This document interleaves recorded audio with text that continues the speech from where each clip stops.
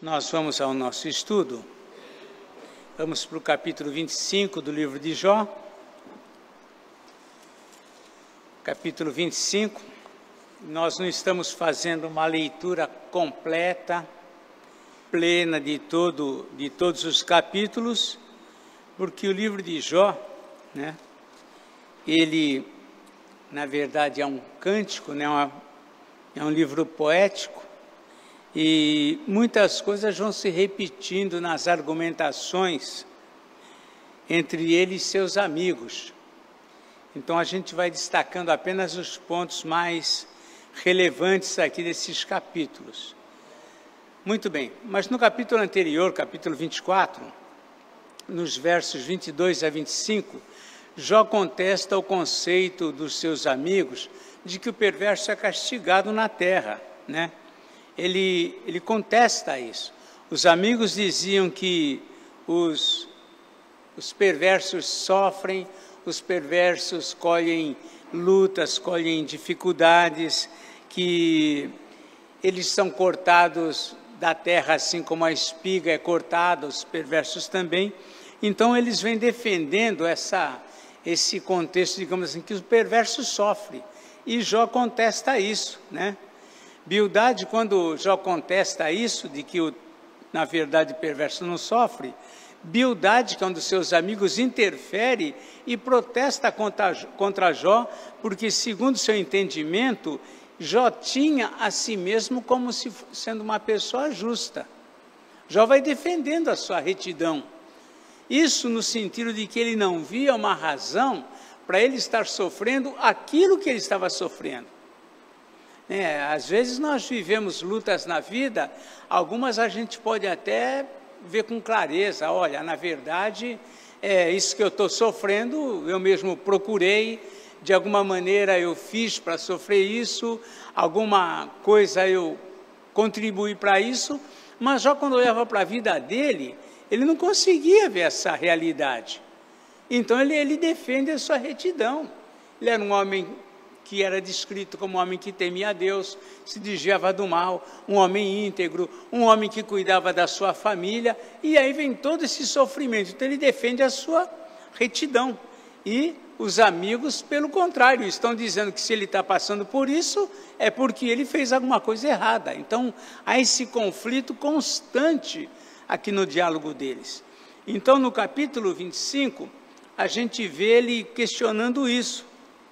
Vemos aqui no 25 dizendo assim, então respondeu Bildade Suíta, a Deus pertence o domínio e o poder, ele faz reinar a paz nas alturas celestes. Acaso tem número os seus exércitos, e sobre quem não se levanta a sua luz? Como, pois, seria o homem justo perante Deus? E como seria puro aquele que nasce de mulher? Eis que até a lua não tem brilho, e as estrelas não são puras aos olhos dele. Quanto mais o homem que é gusano. Gusano é um tipo de verme, E o filho do homem que é verme. Então, gusano é um tipo de verme, e o verme ele está apenas sendo redundante, que não é gusano, o homem que é gusano, e o filho do homem que é verme. Então, tudo é verme. Então ele fala, como que pode o homem se considerar puro? Jó não estava defendendo que os homens são puros, ele está defendendo que ele não via na vida dele algo que justificasse aquele sofrimento todo que ele estava vivendo. No versículo 26, porque isso foram as palavras de Bildade, que o homem não é puro, etc.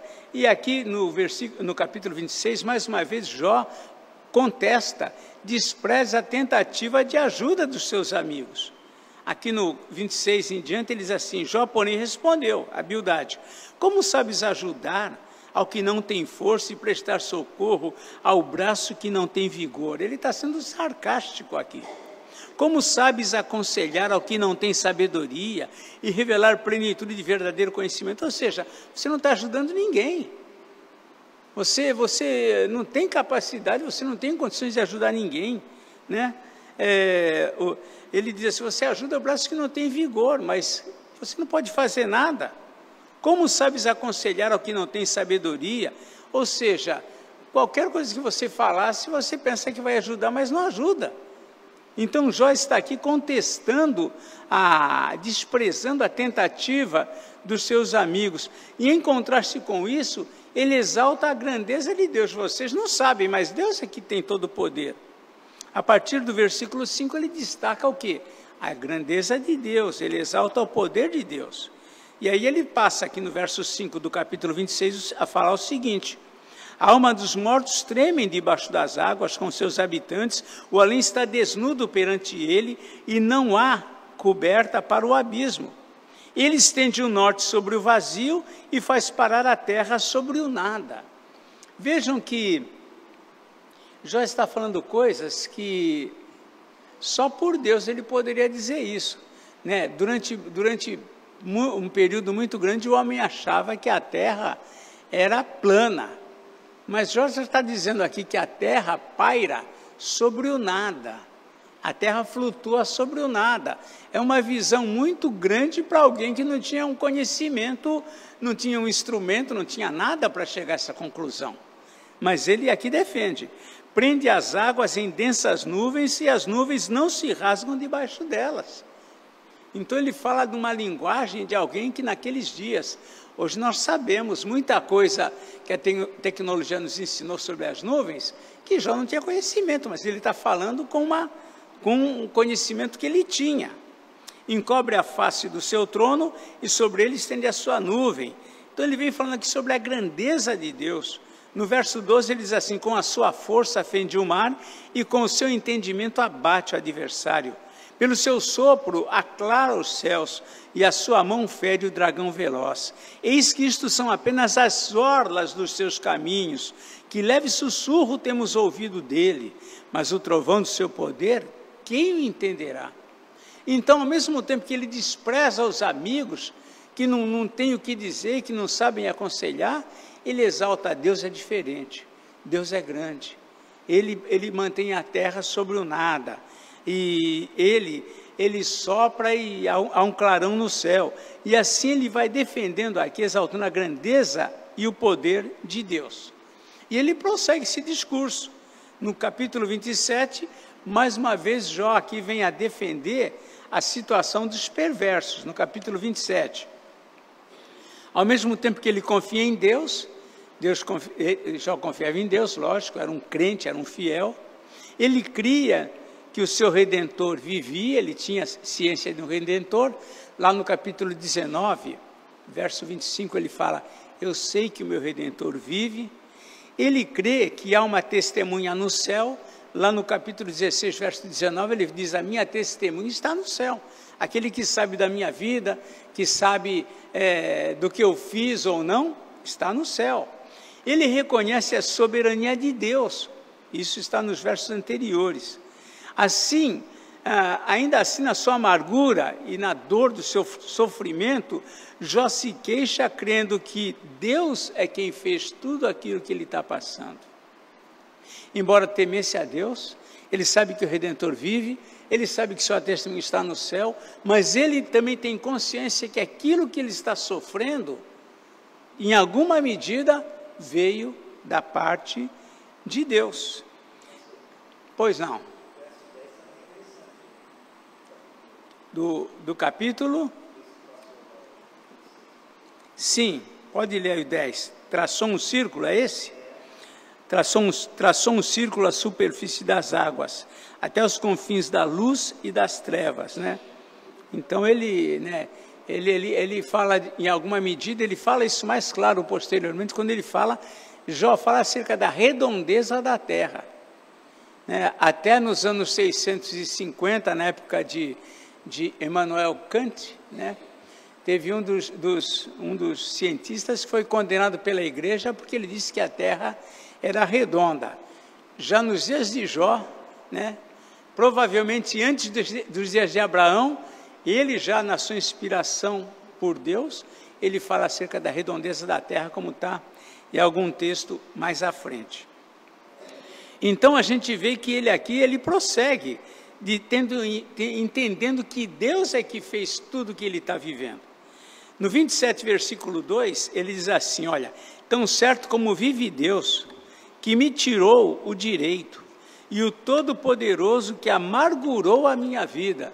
Para ele, o que ele está passando tem o dedo de Deus. Ele não consegue ver diferente.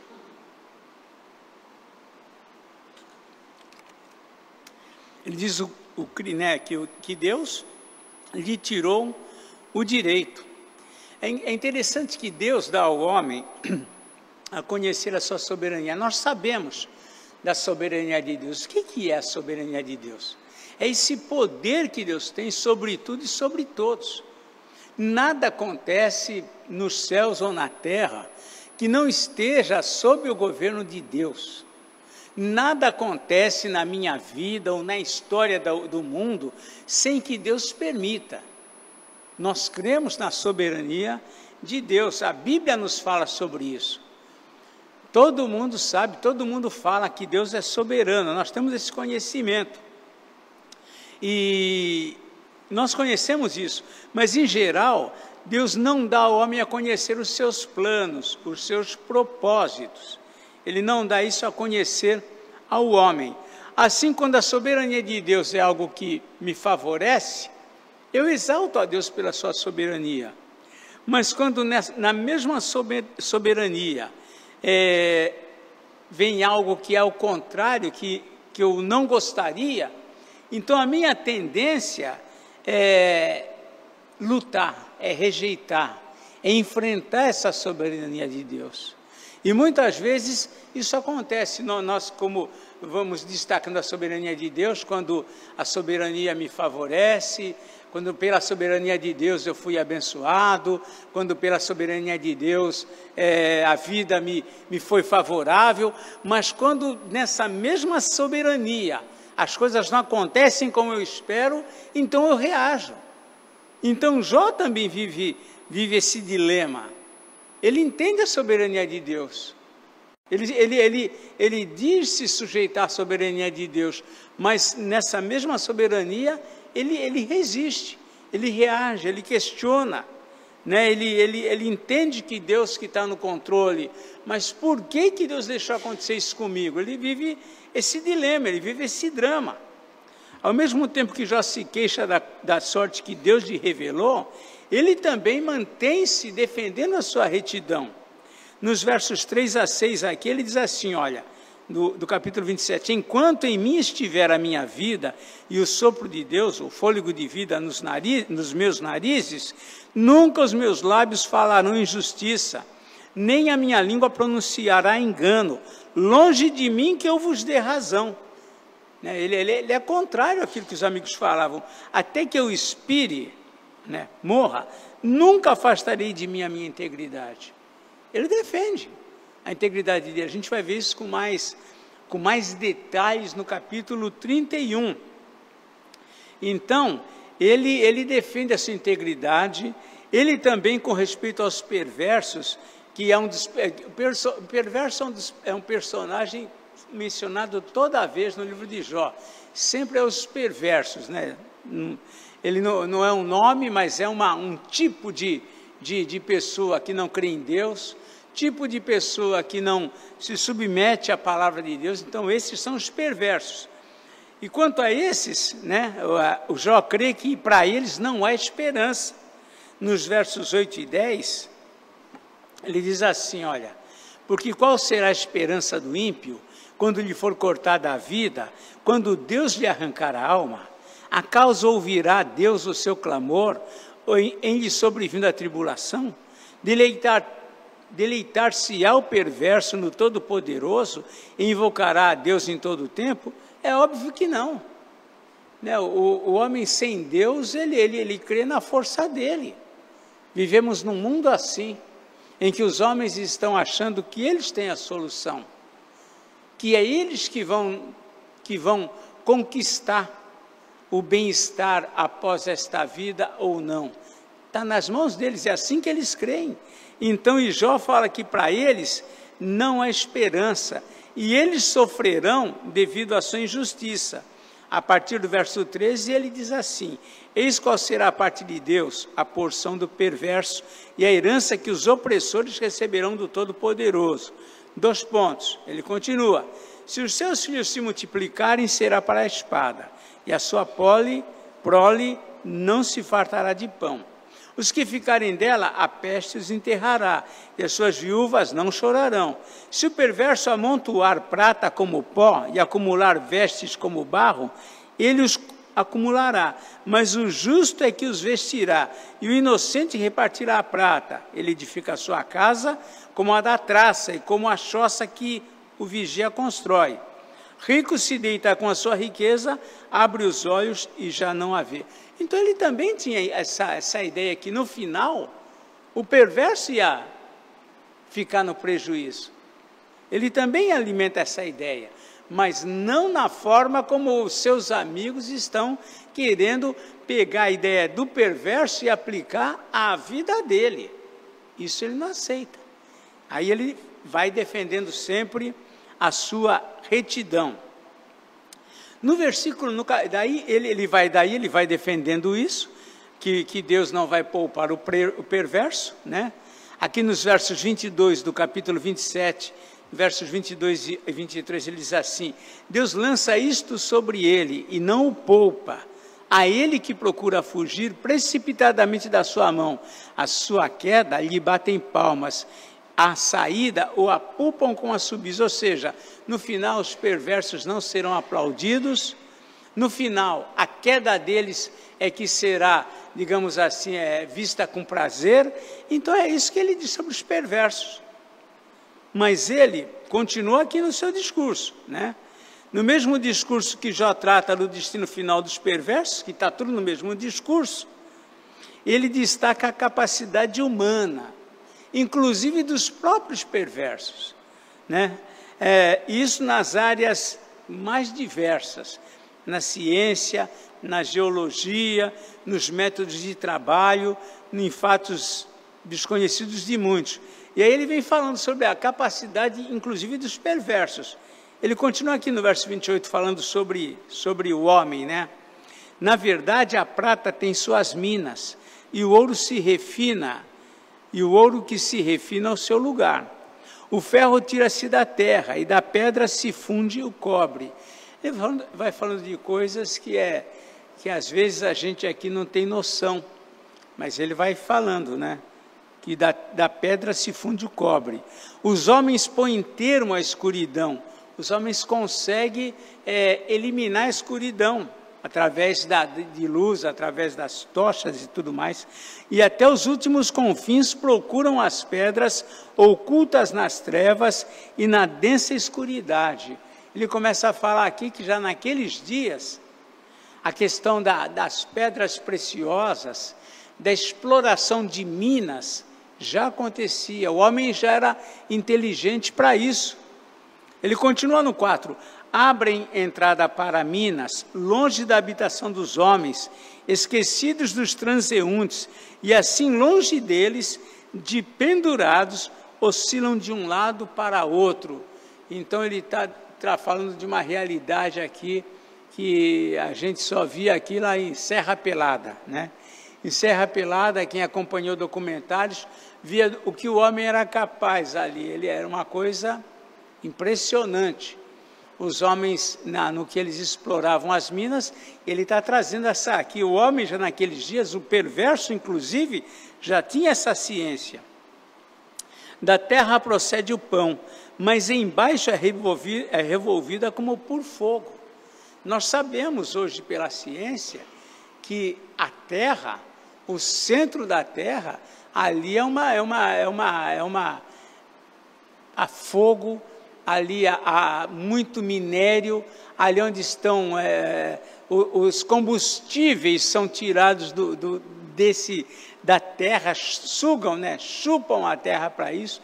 Ele está falando de coisas já naqueles dias que eles já viviam essa realidade. Nas suas pedras, aí ele diz, nas minas, se encontra a safira e a pó que contém ouro.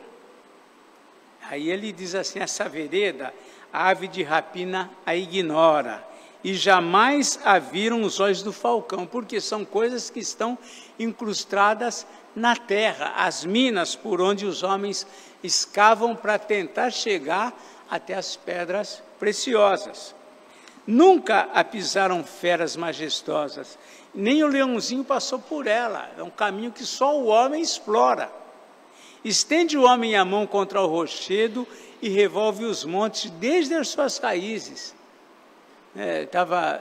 Hoje mesmo estava vendo uma reportagem sobre a mármore, era uma mármore Carrara, muito rara, muito rica, que tinha só numa região da Itália. E acabou já há séculos, de tanto explorar, eles desfizeram montanhas, explorando essa mármore Carrara. Isso já desde o Império Romano. Até no documentário eles mencionam que a estátua de Davi, feita lá por... Quem que foi lá? Quem?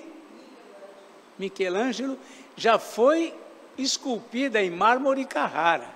Então, tanto exploraram isso que eles acabaram com as montanhas.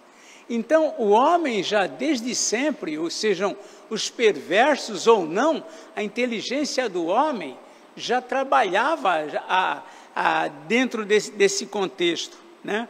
Fazendo coisas que ninguém tinha ciência. E ele diz assim, abre canais nas pedras e os seus olhos veem tudo o que há de mais precioso. O homem é um explorador.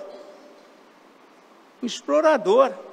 Tapa os veios de água e nenhuma gota sai deles, e traz à luz o que estava escondido. Então ele vai traçando aqui essa sabedoria, essa ciência que perversos ou não possuem. Mas aí, nesse mesmo discurso que ele está, num discurso só até aqui, ele levanta no verso 12, mas onde se acha a sabedoria? Muita ciência, muito conhecimento, muita exploração de coisas que ninguém imagina, que as aves nem chegam perto, que nem os animais passam por ali, mas onde se encontra a sabedoria? E é isso que ele entra aqui, nesse mesmo capítulo 28, né? Ele entra discutindo sobre isso.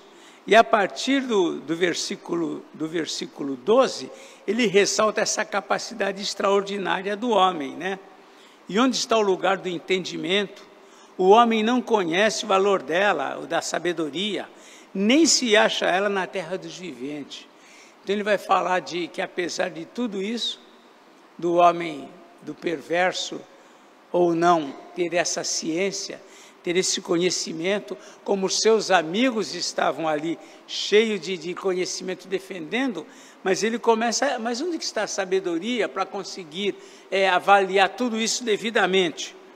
Ela diz aqui, o homem não conhece o valor dela, nem se acha ela na terra dos viventes. Então ele vai falar um pouco aqui sobre a verdadeira sabedoria. Ele continua, o abismo diz, ela não está em mim, e o mar diz, não está comigo. Não se dá por ela ouro fino, nem se pesa a prata em câmbio dela. Onde vai comprar sabedoria? Nós não temos, a gente quer ter filhos sábios, nós queremos ser sábios, mas onde vai achar sabedoria? O seu valor não se pode avaliar, diz o verso 16, pelo ouro de Ofir.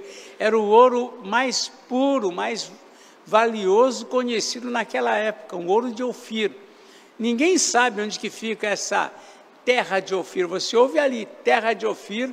Salomão mandava buscar ouro na terra de Ofir, mas ninguém sabe onde era esse lugar.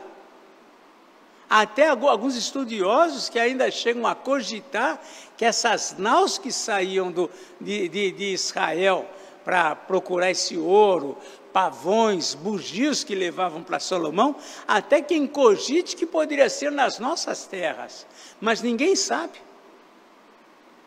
Então aqui nem pelo ouro de Ofir, nem pelo precioso ônix, nem pela safira, o valor da sabedoria não se compara a isso. O ouro não se iguala a ela, nem o cristal. Ela não se trocará por joia de ouro fino. Ela faz esquecer o coral e o cristal. A aquisição da sabedoria é melhor que as pérolas. Então ele começa aqui, com isso ele está confrontando os seus amigos. E ele continua: não se lhe igualará o topázio da Etiópia, nem se pode avaliar por ouro puro. De onde, pois, vem a sabedoria? E onde está o lugar do entendimento? Está encoberta aos olhos de todo vivente e oculta às aves do céu. O abismo e a morte dizem: ouvimos com os nossos ouvidos a sua fama. Deus lhe entende o caminho, e é Ele quem sabe o seu lugar, porque Ele perscruta até as extremidades da terra e vê tudo que há debaixo dos céus. Quando regulou o peso do vento e fixou medida das águas, quando determinou as leis para a chuva e o caminho para o relâmpago dos trovões, então viu ele a sabedoria e a manifestou, estabeleceu-a e também a esquadrinhou, e disse ao homem: eis que o temor do Senhor é a sabedoria, e o apartar-se do mal é o entendimento. Então Jó está aqui confrontando os seus amigos, no sentido de que eles não tinham sabedoria. É por isso que ele diz para eles aqui, anteriormente, né? Ele fala assim: como sabes, ele questiona eles aqui no capítulo 26, 3, como sabes aconselhar ao que não tem sabedoria e revelar plenitude de verdadeiro conhecimento? Ou seja, é fácil vocês falarem isso para quem não tem condição de revidar. Vocês parecem muito entendidos, mas não sabem de nada. Então ele está questionando que a verdadeira sabedoria, para se ter, tem que ter temor de Deus. É isso que ele questiona. E essa é uma das coisas que a gente vai ver essa resposta, nessa palavra dada aqui por Jó. Ela é repetida em diversas outras ocasiões na Bíblia, que o princípio da sabedoria é o temor de Deus. Salomão vai falar isso posteriormente. Então, ele está aqui questionando os amigos, que se sentem sábios, se sentem capazes de aconselhar, de advertir, mas ele fala: mas vocês não têm condições, vocês não sabem de nada. E ele está no seu discurso ainda. Esse é um discurso longo. Ele continua aqui no capítulo 29, né? Durante o seu discurso, como é próprio de quem está vivendo um período de sofrimento, Jó passa a recordar os tempos bons, né? Isso é uma coisa muito comum. Quando a gente começa a sofrer, a gente começa também, às vezes, vem à mente o tempo que não era assim. Então a gente encontra muita gente, às vezes, num leito de cama, lembrando como que era antes. Pessoas que estão passando por uma dificuldade intensa em alguma área da vida, lembrando como que era a vida dele antes dessa dificuldade. E aqui Jó passa também a esse momento, passa a lembrar como que era a vida dele, e é muito interessante. Ele apresenta alguns pontos interessantes com respeito à cultura e o status, a condição que ele vivia. Ele inicia esta parte com palavras comuns de saudade dos tempos que passaram. Vejam só, aqui no 29 começa assim: prosseguiu Jó no seu discurso e disse: quem me dera ser como fui nos meses passados, como nos dias em que Deus me guardava. Ele começa a lembrar os bons tempos, os tempos que ele estava numa condição diferente. E ele cita, é interessante aqui, meses passados. Isso significa que o que ele está vivendo, esse momento que ele está vivendo, não passaram-se anos desde que estava tudo bem. Passaram-se meses atrás. Então aqui ele não está, esse capítulo 29, não significa que passaram-se anos desde que estava tudo bem com ele, que ele tinha os filhos, a mesa, que ele tinha a família, que ele tinha os bens. Não, meses. Tanto é que ele diz: quem me dera ser como fui nos meses passados. Então não fazia tanto tempo. Estava tudo muito claro, a condição que ele vivia anteriormente, né?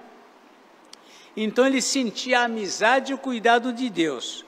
Vejam aqui nos versos 3 a 6, por exemplo, né? Ele diz assim: quando Deus me guardava, ele diz no final do 2, quando fazia resplandecer a sua lâmpada sobre a minha cabeça, quando eu, guiado por sua luz, caminhava pelas trevas. Como fui nos dias do meu vigor, quando a amizade de Deus estava sobre a minha tenda, quando o Todo-Poderoso ainda estava comigo e os meus filhos ao redor de mim, quando eu lavava os pés em leite e da rocha me corriam ribeiros de azeite. É a forma como ele descreve o quadro que ele vivia, com os filhos à volta dele. Quando ele era próspero, ele lavava os pés em leite. Quando o azeite era abundante, azeite era um produto caríssimo. Mas quando o azeite corria como ribeiro de azeite, tudo era fácil para ele, tinha tudo isso daí disponível. Sentia a amizade e o cuidado de Deus. Então era um período diferente. Quando ele gozava de honra e respeito das pessoas, no verso 7 em diante ele diz: quando eu saía para a porta da cidade e na praça me era dado sentar, me dava um lugar para ele. Ele era alguém importante, ele era alguém respeitado. Os moços me viam e se retiravam. Hoje em dia, a gente aqui tem que sair de onde estão os moços. Naquela época, não. Os moços é que se retiravam quando chegavam os mais velhos, né? Os idosos se levantavam e se punham em pé. Me lembro quando era até o meu 3º ano de primário, quando a professora entrava na sala, quando o diretor entrava na sala, todo mundo ficava em pé. Jó experimentava isso no meio onde ele vivia. Na praça, quando ele chegava, os idosos se colocavam em pé. Ele diz aqui, os idosos se levantavam e se punham em pé. Verso 9, os príncipes reprimiam as suas palavras e punham a mão sobre a boca. Os homens principais se seguravam para não falar qualquer besteira na frente de Jó. A voz dos nobres emudecia e a sua língua se apegava ao paladar. Ouvindo-me algum ouvido, esse me chamava feliz. Vendo-me algum olho, dava testemunho de mim. Ele era observado, admirado, respeitado. Era a condição que ele vivia. Porque eu livrava aos pobres, aí ele começa. Porque eu livrava aos pobres que clamavam e também o órfão que não tinha quem os socorresse. Ninguém ligava para esse tipo de pessoa, mas Jó, na sua nobreza, na sua autoridade, ele atendia essas pessoas. A bênção do que estava a perecer vinha sobre mim, e eu fazia rejubilar-se o coração da viúva. Esse grupo era um grupo desprezado, os pobres, os órfãos, as viúvas, sempre na história bíblica, eram deixados de lado. Eu me cobria de justiça, e esta me servia de veste, como manto e turbante era a minha equidade, a minha retidão. Eu me fazia de olhos para o cego e de pés para o coxo. Dos necessitados era pai, até as causas dos desconhecidos eu examinava. Então, tudo isso Jó gozava de respeito naqueles dias, entre os idosos. Nos versos 21 a 25 fala sobre isso. Os que me ouviam, diz o verso 21, esperavam o meu conselho e guardavam silêncio para ouvi-lo. Havendo eu falado, não replicavam. As minhas palavras caíam sobre eles como orvalho.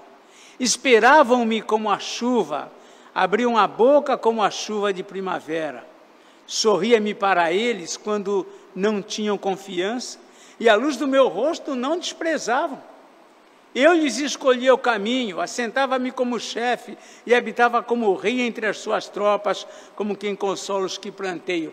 Então vejam quem era Jó na sua sociedade, no seu ambiente, antes de cair sobre ele toda essa situação. E Jó está aqui lembrando.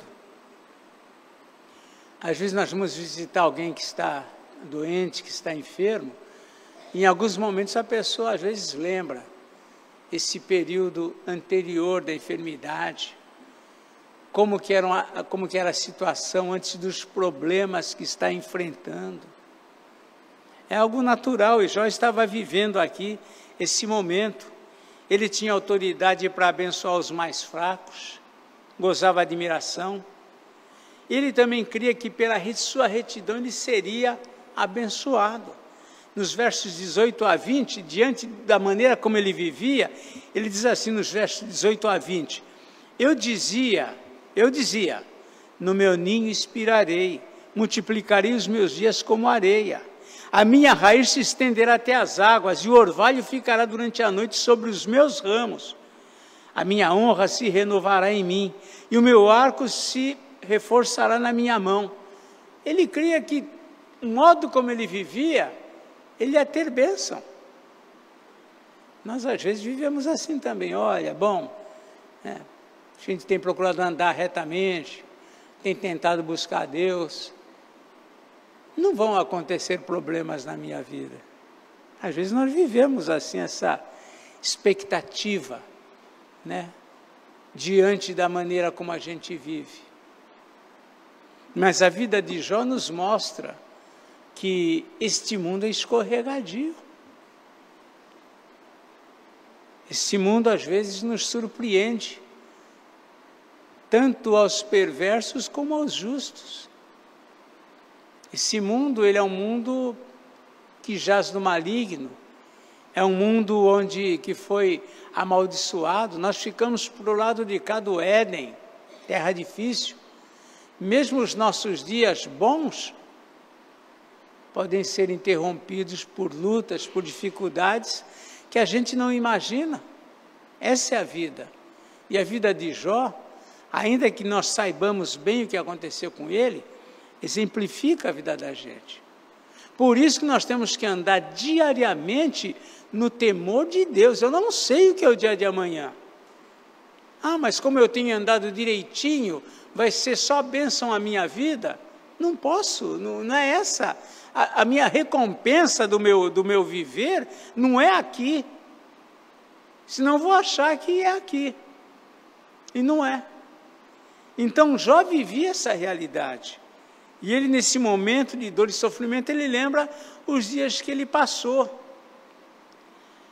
Na nova realidade difícil que vivia, tudo ficou diferente. Alguém já disse, o mundo dá muitas voltas.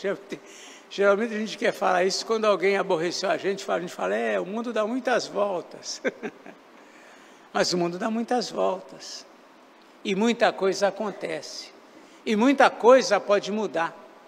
Quem hoje está por cima, amanhã pode estar por baixo. Quem hoje está bem, amanhã pode estar mal. Quem está mal hoje, amanhã pode estar bem. Essa é a realidade da vida. O tempo pode trazer mudanças. E a vida do homem é assim.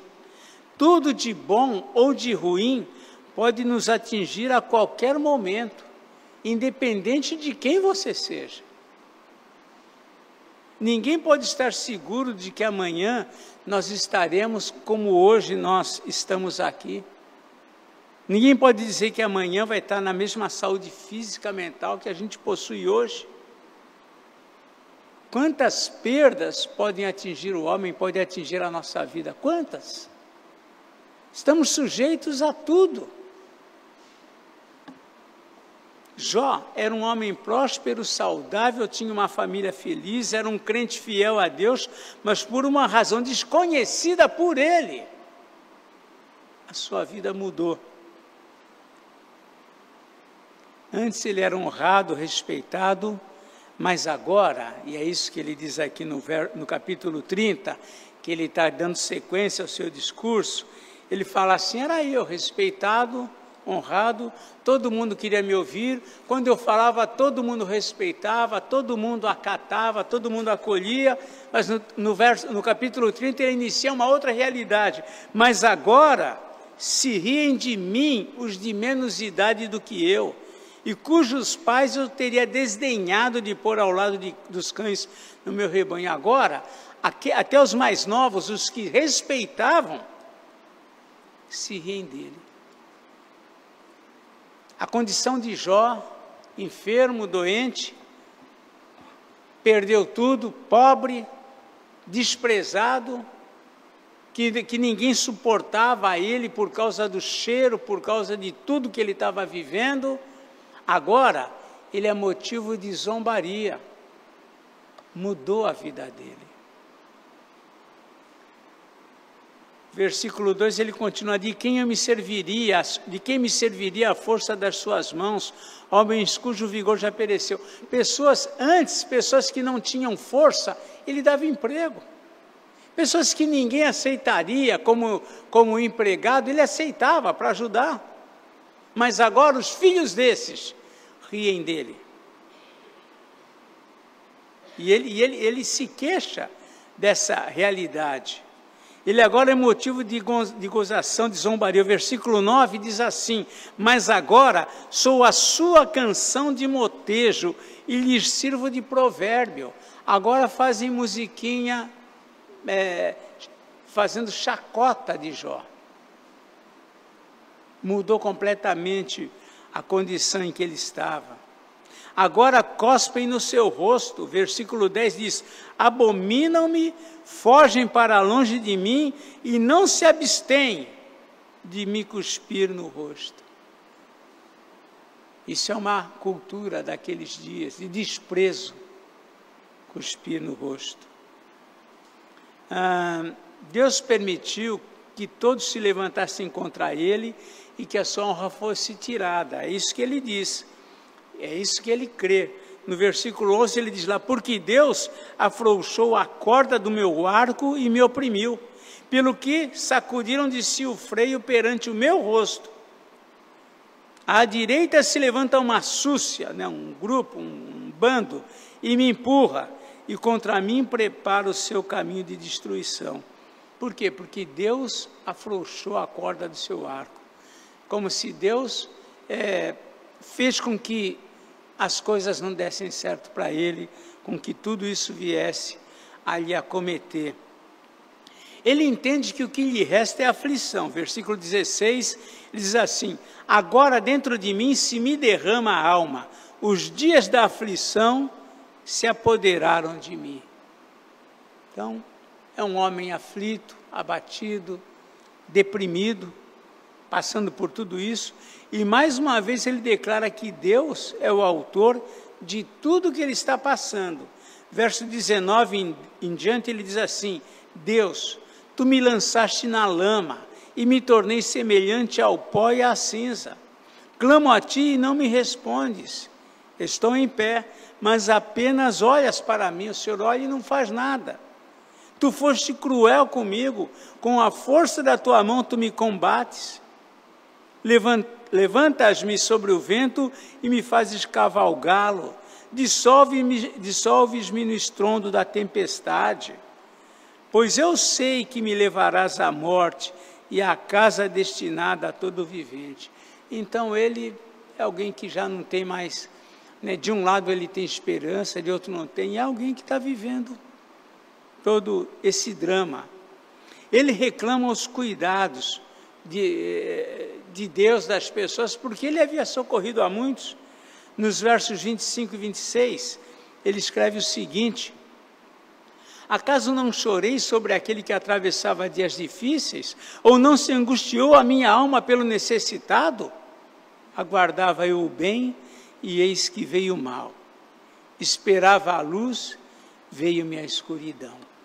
Ele é alguém que desabafa, ele está desabafando toda a tristeza que ele sente. Eu esperava que fosse colher benefícios de tudo aquilo que eu vivi, de tudo aquilo que eu fiz, mas estou colhendo, recebendo só o mal. Finalmente, ele, indo aqui para o capítulo 31, ele vai mais uma vez defender a sua integridade e vai parar todo o discurso de Jó nesse livro, tá? Então, ao encerrar todo o seu discurso, ele nos impressiona na declaração da sua integridade.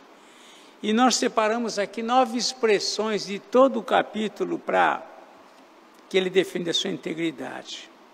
Primeiramente, aqui no versículo 1, Jó diz o seguinte: fiz aliança com meus olhos, como, pois, os fixaria eu numa donzela?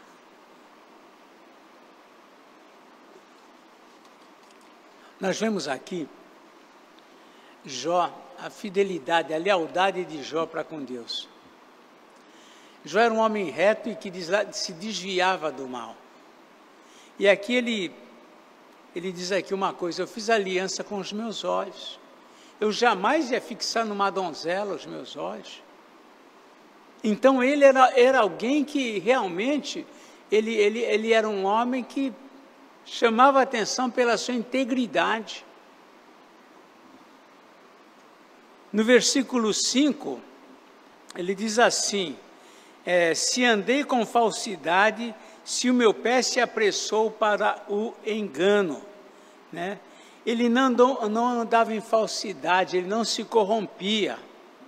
Pese-me Deus em balanças fiéis e conhecerá a minha integridade. Se os meus passos se desviaram do caminho, se o meu coração segue os meus olhos, se as minhas mãos se apegou a qualquer mancha. Jó defende aqui sua integridade, não andou em falsidade, nem em corrupção. No versículo 9, ele fala sobre a sua integridade no casamento.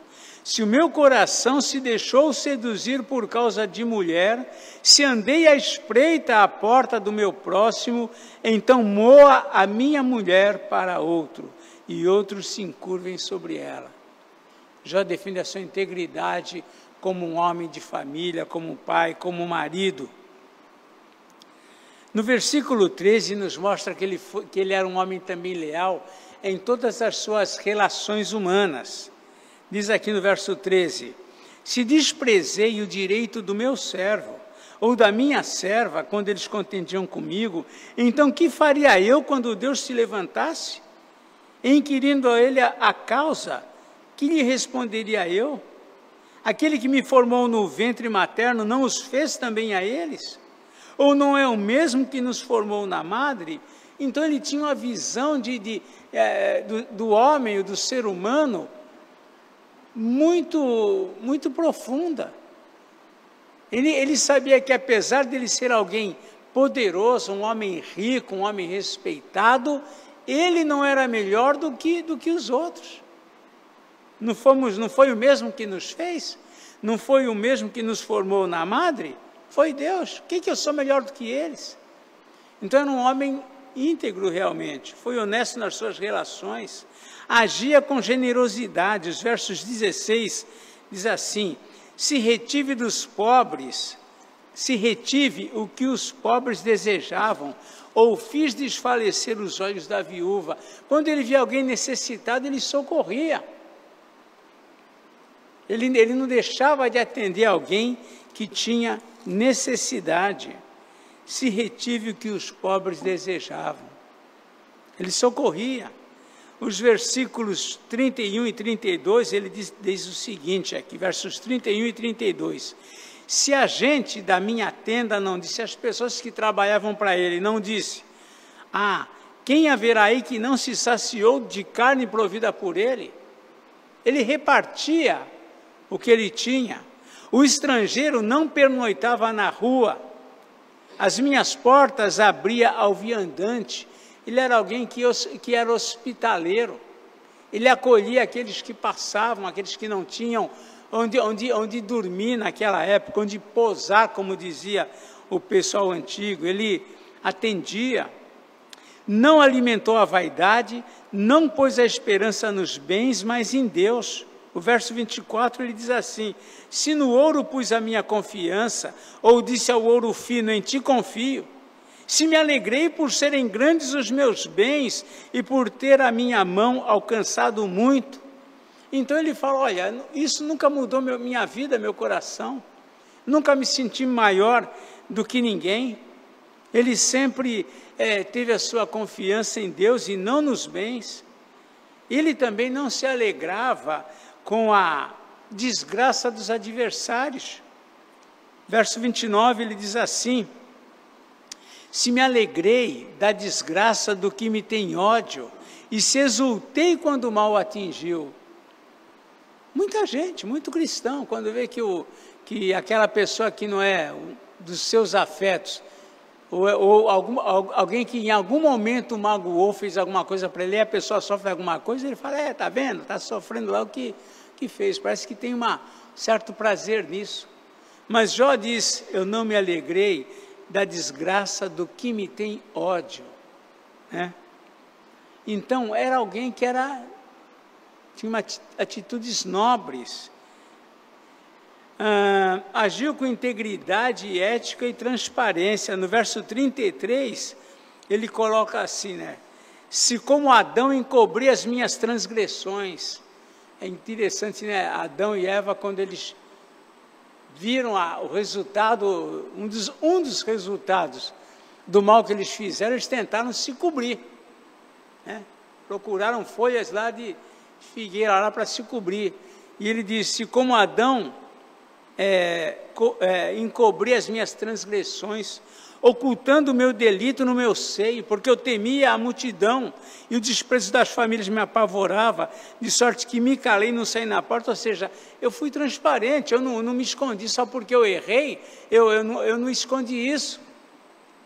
Então ele era honesto, era íntegro, não tirou proveito de ninguém. Versículo 38, ele diz o seguinte, se a minha terra clamar contra mim, e se os seus sulcos juntamente chorarem, se comi os seus frutos, sem tê-la pago devidamente, e causei a morte dos seus donos, por trigo me produz acardos, e por cevada o joio.